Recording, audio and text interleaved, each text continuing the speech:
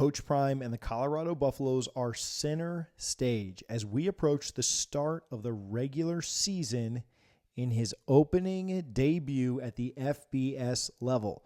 Coach Deion Sanders has his work cut out for him as this team takes on the TCU Horned Frogs, the reigning national runners-up. TCU is considered a contender once again for the Big 12 Conference and a formidable opponent for Coach Prime and the Buffaloes to take on in his Power 5 debut.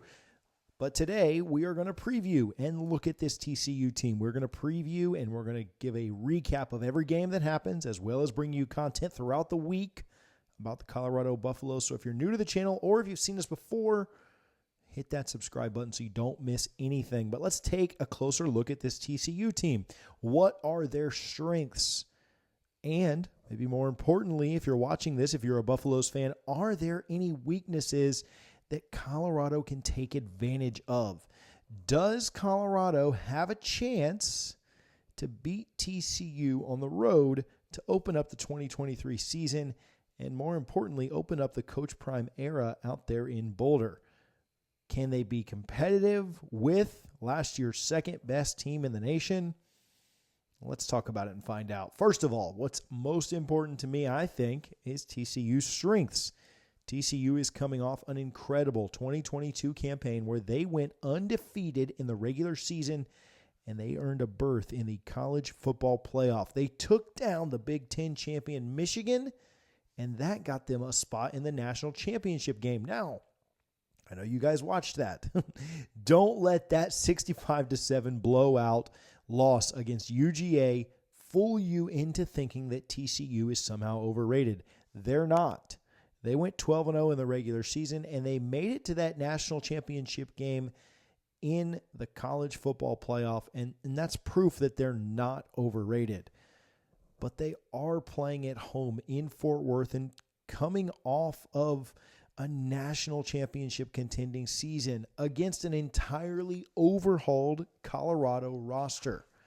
And they're against Coach Deion Sanders, who will make his debut against a rowdy crowd there at TCU, ready to welcome primetime to the Power 5 level of play.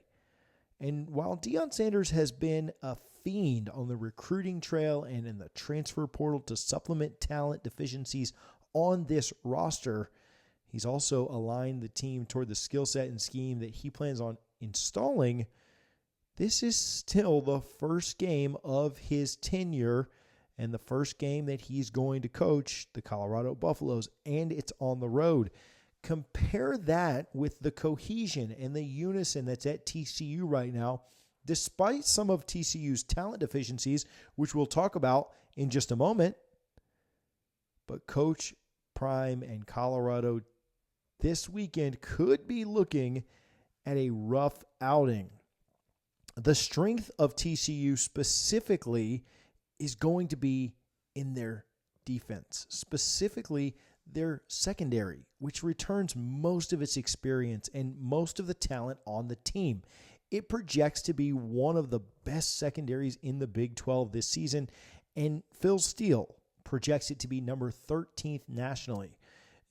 The unit features Josh Newton, Bud Clark, Millard Bradford, and newcomer Avery Helm, who transferred into TCU from the University of Florida. However, all of that said, TCU has some weaknesses. Let's consider some of them for a moment. TCU has some weaknesses that Colorado could exploit, and the biggest one is the returning production from last season, or rather, the lack of returning production. TCU is returning 10 starters from last year's team. That is 10 of the 22 guys who started last season. And none of TCU's top 4 wide receivers nor their top 3 rushers are back. Only 41% of roster production on offense returns in 2023. That's 11th lowest in the country. They're also dealing and installing a new look offense under first-year OC Kendall Briles. Now, Sonny Dykes has looked to the transfer portal to try and remedy this and brought in an infusion of talent. Guys from both Alabama and Oklahoma State like JoJo Early, Trace Sanders, and J.P. Richardson. But it's going to take time. The offensive line also needed an infusion of talent from the transfer portal, with much of that production making its way to the NFL last season. This is where Colorado could potentially exploit TCU, and this could spell offensive woes for TCU as they work through those early season kinks and pains of a new offensive install with a very unfamiliar roster. As good as I do think that TCU can be defensively this year, there are huge question marks for them on the offensive side of the ball. And it's also week 1 against a super talented Buffaloes team. Now, anyone out there that's talking about how the Buffaloes are unexperienced and how it's going to take Coach Prime's team time to gel and time to get it going, if you're saying that about them, you've got to say it about TCU's offense as well. Now, TCU's defense is very solid, and they've got a lot of guys back there that are set and ready to go. But that TCU offense is not the TCU offense from last season, and it is going to take some time for it to get rolling. I don't expect TCU to just come out and be throwing haymakers game 1 against Colorado, not with the talent that Colorado has on that defense. We've talked about some of those guys. From DMAC up front to Hunter in the back to whomever, it's going to take some time for TCU to get going. And it may take some time for Colorado to get going too. Don't get me wrong. It is a new system, new players, new offense, new team there in Boulder as well. But the folks that are saying that TCU is just going to walk all over Colorado when TCU lost nearly 60% of their production from last year, and Colorado also has a brand new team. Vegas says this is a 3-score game. I just don't know that I'm buying that. I'm not a betting expert, but I'm going to lay the points for Colorado. I think that Colorado is going to cover this spread. I'm not guaranteeing you that the Buffaloes win, but if you're putting a bet down on Saturday afternoon, it should be on Colorado to cover the spread. Now, if I'm wrong on that, you guys can clip this later and old takes expose me. That's fine. But I don't understand how you make this a 3-score spread when you've never seen either team play.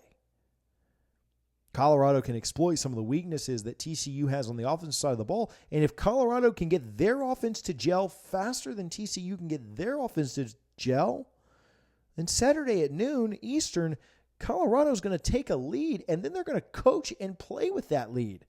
McCaskill is going to get run after run after run and beat that defense down, where Colorado is going to continue to up the score, and they're going to have a chance to win this game.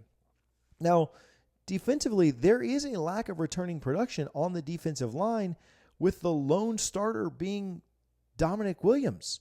While sizable, the talent along that front is largely young and unproven. And if Colorado can get an early lead, that plays right into the second weakness, and that is the defensive line, the front of that TCU defense, where McCaskill and Sanders and others can be able to run the ball and run it effectively on TCU to protect that early lead. But you got to get that early lead.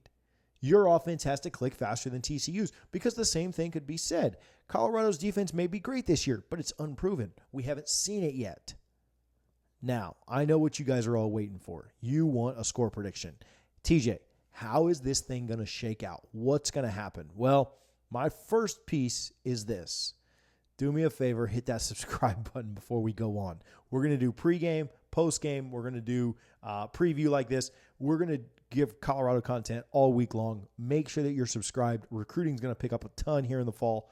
You don't want to miss that. Second, whether you got Colorado win and lose no matter what, I'm going to say it again. Take the points. Take Colorado and the points to cover this weekend. I'll be back to chat with you on Sunday about that and how we made money this weekend. But I'm telling you, no one's picking Colorado. And just like the spring game where everyone was tuned in the country, everyone was watching what was going on in Boulder for the spring game, it's going to be the same Saturday at noon Eastern.